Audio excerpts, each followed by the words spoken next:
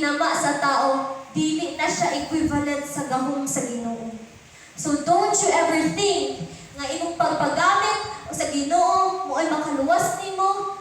God is God. Amen. Praise God.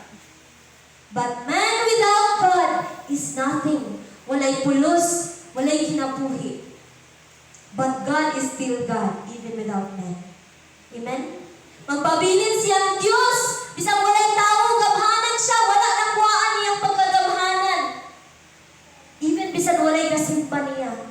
Even bisan walay ituon niya. He is still God. Tilog kita kung wala tayo Ginoo, wala tayo Kristo sa itong kasing-kasing. Patay. Walay pulos. Walay kinabuhi. Walay gininhawa. Amen?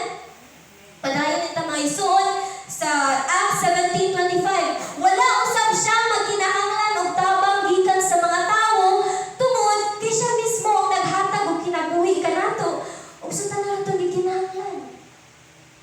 So don't ever believe nga tungod sa imong pagpagamit mahimaya ang Ginoo. Kay nahimaya na siya dugay ra. Amen. It's our responsibility, no, as people saved by grace, to worship the Lord. Pero dugay na siya nga Ginoo, dugay na siyang nahimaya. Amen? Amen. Dili na to